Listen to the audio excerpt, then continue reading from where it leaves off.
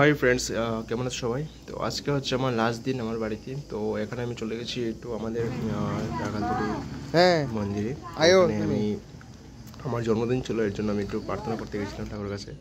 তো দেখো মর্নিংয়ে এখানে আমাদের বাড়ির কি সুন্দর ভিউ, মানে তো গ্রীষ্মকালে এরকম ভিউ আমি কখনো ভাবতে পারিনি গ্রামে এরকম হবে। ডেটটা ছিল 8 মে। দেখো কি সুন্দর ভিউ। তো আজকে আমি চলে যাব কলকাতায় আবার। জাস্ট মর্নিং আমি বেরিয়েছিলাম একটা ভিউর জন্য। ওয়াও, জাস্ট ওয়াও, লাস্ট দিনে সারপ্রাইজ করে দিল। তো এখানে আমি জাস্ট আমাদের আমবাসাস রেলওয়ে স্টেশনে চলে এসেছি। ওয়েট করতে হচ্ছে কিছুক্ষণ, ট্রেন আসবে 8টায়। তো এখন প্রায় 8:30 বেজে গেছে, এখনও আসেনি, লেট করছে ট্রেনটা।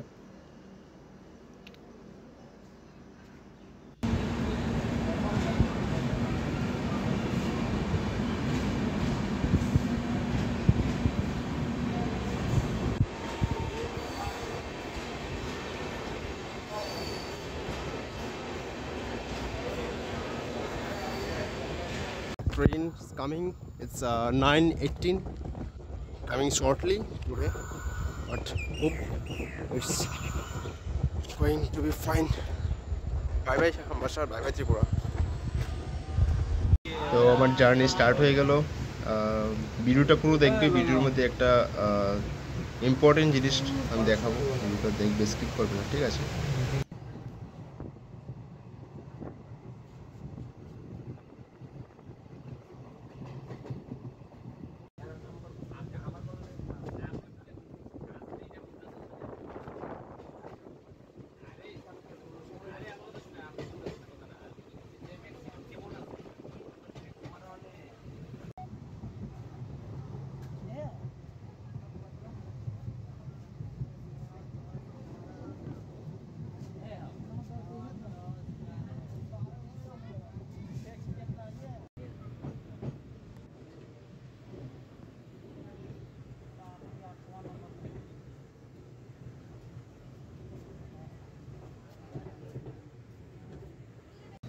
তো চলে এলাম ধর্মনগর, আর একটু পরেই ত্রিপুরা সীমানা থেকে বেরিয়ে যাব।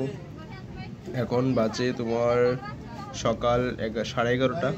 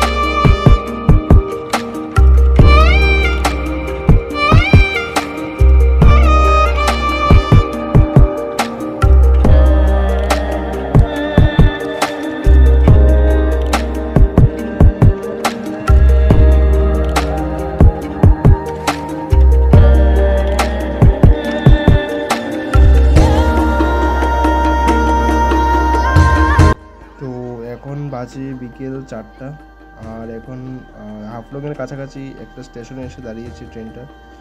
প্রায় অনেকক্ষণ হয়ে গেছে, ট্রেনটা ছাড়ছে না। এখন প্রায় 1 ঘন্টার মতন হয়ে গেল। জানি না কী হয়েছে, এখানে লাইন হয়তো খারাপ আছে। আর কী হয়েছিল, টানেলের ভিতরে এবার ট্রেন দাঁড়িয়ে গিয়েছিল। তো সারাদিন তো বলিনি তোমাদের আমার সাথে মানে কীভাবে আমি এইবার ট্রেন জার্নিটা করছি। আমার এইবারের মতো ট্রেন জার্নি কখনো হয়নি। মানে একটা সেকেন্ডের জন্য আমি আমার সিটের মধ্যে পাটা সোজা করে বসতে পারিনি। মানে কন্টিনিউয়াসলি একজনের পর একজন এসেই যাচ্ছে, বসেই যাচ্ছে, কারণ কাউকে না করতে পারছি না। কী হচ্ছে ব্যাপারটা, অনেকগুলো ট্রেন ক্যান্সেল হয়ে গেছে। কয়েকদিন আগে এখানে হাফলংয়ে একটা ধস পড়েছে, তারপর থেকে অনেকগুলো ট্রেন ক্যান্সেল হয়ে গেছে। অনেকের রিজার্ভেশন সিট বগেরা সবাই ক্যান্সেল হয়ে গেছে। তো এখানে সবাই এই ট্রেনে চেপেছে, তার জন্য প্রচুর পরিমাণে ভিড় হয়ে গেছে এবার স্লিপারের মধ্যে। তো আমার সিটটা ছিল lower berth, side lower berth, আর তার জন্য অনেক ভিড় হয়ে গেছে। তো যাই হোক, এটা হচ্ছে নেক্সট ডে। এখন কলকাতায় শিলিগুড়ির কাছাকাছি ঢুকে গেছি। আর তারপর দেখতে হবে এখানে ফারাক্কা রিভার। তো ব্লগটা দেখো। আর একটা ইম্পর্টেন্ট জিনিস এখন দেখাতে যাচ্ছি তোমাদেরকে। এই ঠাম্মাটা হঠাৎ করে আমার কাছে এসে বসে আমাকে সাইন দিচ্ছে, মানে বলছে কিছু একটা করার জন্য। কিন্তু আমি প্রথমে বুঝতে পারছি না কী করতে বলছে। তারপর বুঝতে পারলাম যে ঠাকুমাকে যে টাকা দিয়েছে, ওই টাকাগুলো আমাকে গুনে দিতে বলেছে ঠাকুমাকে। মানে সবগুলিকে অগোছালো ছিল, ওগুলো গুনে তারপরে একটা জায়গায় দিতে বললো। কারণ ঠাকুমার সাথে দেখো, এখানে তোমরা দেখতে পাবে ঠাকুমার শাড়িটাকে ছিঁড়ে দিয়েছে। অনেক লোক কী করেছে, এখানে চোর ওরা ঠাকুমার থেকে এরকমভাবে টাকা নিয়ে চলে যেত। তো খুবই খারাপ লাগলো জিনিসটা। এরকমভাবে বললো অনেকবার টাকা নিয়ে চলে গেছে। তো আমি বললাম ঠাকুর তোমাকে একটা পার্স রাখো, রেখে ওইটাকে মানে শাড়ির ভিতরে রাখো। তো তারপরে বললো এরকম রেখেছি, কিন্তু ওই পার্স নিয়ে চলে গেছে। তো জিনিসটা খুবই খারাপ লাগলো। এরকম কেন করে একটা লোক এত কষ্ট করে রেলের মধ্যে এখানে ভিক্ষা করছে, তার উপর এর থেকে টাকা ছিনতাই করে নিচ্ছে। এটা খুবই খারাপ জিনিসটা। তো আমি কি বলবো বুঝতে পারছি না। তারপর আমি একটু ঠাকুমার সাথে কথা বললাম। তো আমি একটু যা পারি একটু সাহায্য করলাম ঠাকুমাকে। তো অনেকে সাহায্য করেছে, ভালো সাহায্য করেছে, কিন্তু ঠাকুমার থেকে এই টাকাগুলো না মানুষে নিয়ে চলে যায়। ওইটি খুব খারাপ লাগলো জিনিসটা দেখে। তো ঠাকুমা অ্যাকচুয়ালি যাবে হাওড়া, কিন্তু ঠাকুমা ভুল করে উঠেছিল মায়াপুর থেকে, কিন্তু ভুল ট্রেনে উঠে ঠাকুমা চলে গেছিলো আবার এই শিলিগুড়ি সাইডে। তো এই ট্রেনে আবার কেউ একজন ভালো লোক আবার উঠিয়ে দিয়েছে। তো যাই হোক, ঠাকুমা আবার বাড়ি ফিরে যাচ্ছে। তো কথা বলতে বলতে এখানে চলে আসলাম আমরা। এখানে এই জায়গাটার নাম কি আমি ঠিক বলতে পারছি না। এটা হচ্ছে তোমার মালদা স্টেশন। তো মালদা পৌঁছলাম, এবার অনেকটা লেট করেছে মালদা আসতে আসতে। তো দেখাচ্ছে আমি গিয়ে পৌঁছবো রাত 9টায়। তো এখানে দেখতে পাচ্ছ কত আনারস, মানে চারিদিকে শুধু আনারস আর আনারস। গত বছর দেখছিলাম যে এখানে যেটা আমরা বলি ভুট্টা, এবার ভুট্টা খুব কম দেখলাম, শুধু আনারসের বাগান দেখলাম। আর এখানে দেখতে পাচ্ছ প্রচুর পরিমাণে আম গাছ। মালদার আম সবাই জানো, মালদার আম পপুলার। তো এখানে প্রচুর পরিমাণে আম দেখলাম, কিন্তু ওই সময় আম পাকেনি। তো এখানে কথা বলতে বলতে দেখো ফারাক্কা রিভার চলে এসছে। আর ফারাক্কা ব্রিজটা অনেকই বড়। আর এখান থেকে দুটো রেল লাইন আছে, একটা যাওয়ার জন্য একটা আসার জন্য। আর এই ফারাক্কা রিভারটা পার হতে প্রায় তোমার 2 মিনিট সময় লাগে। এখান থেকে তোমার একটা কী বলে নদীটা 2 ভাগে ভাগ হয়ে যায়। একটা চলে যাচ্ছে ওয়েস্ট বেঙ্গলে, যেটাকে আমরা বলি গঙ্গা নদী, একটা বাংলা নদী চলে যাচ্ছে।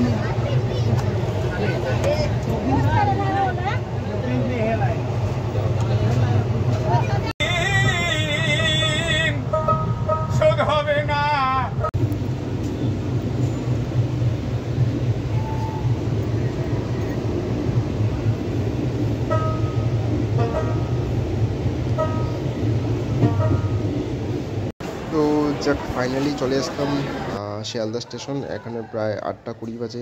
যাই হোক, মোটামুটি ট্রেনটা লেট করেছে, কিন্তু এত বেশি লেট করিনি। তো এখন আমি জাস্ট তোমাদের দেখাচ্ছি শিয়ালদা স্টেশনটা কত সুন্দর দেখতে, দেখো রাতের ভিউ। তো বন্ধুরা, এখানে আমি ক্যাব বুক করে নিলাম। এখন বাজে তোমার প্রায় 8:30, আর হচ্ছে শিয়ালদা স্টেশন। মানে আজকে গিয়ে না আমি এত শান্তি পাবো রুমে গিয়ে, কি বলবো। 2 দিনের ট্রেন জার্নি করে সত্যি অনেক কি ক্লান্ত হয়ে গেছে। এবারের মতো জার্নি কখনো হয়নি। বৌদি মার্কেট খুব খারাপ, জানো আমি ওলা উবের নিয়ে বেরিয়ে পাচ্ছি না। আজকে সকাল থেকে হাঁ করে বসে থেকে এতক্ষণে। তো এখানে চলে আসলাম Paltudanga. And so thank you so much guys এতটুকু অব্দি ব্লগটা দেখার জন্য। তো এখন একটা জিনিস দেখা যাচ্ছে তোমাদেরকে, মানে আমার ড্রাইভারটা এত পরিমাণ ফোনে বক বক করে যাচ্ছে। এখানে লেখা আছে দেখুন, গাড়ি চালানোর সময় মোবাইল ব্যবহার করলে লাইসেন্স বাতিল হয়ে যেতে পারে, কিন্তু এই লোকটা এত বক বক করে যাচ্ছে, মানে যেই আমি বসেছি ওইখান থেকে কথা বলেই যাচ্ছে। জানি না কেন এরা কথা বলতে বলতে এত ড্রাইভিং পছন্দ করে। তো যাই হোক, আমি পৌঁছে গেছি অলমোস্ট। এখন বাজে প্রায় 9:30। দেখতে পাচ্ছি অনেকটা লেট হয়ে গেছে, কারণ ট্রাফিক জ্যাম প্রচুর ছিল। আর চলো, বাই বাই। এতটুকু অবধি দেখার জন্য তোমাদেরকে অনেক ধন্যবাদ। যদি ভালো লাগে ব্লগটা একটু লাইক করে দেবে, আর যদি পারো শেয়ার করে দিও, সাপোর্ট করো।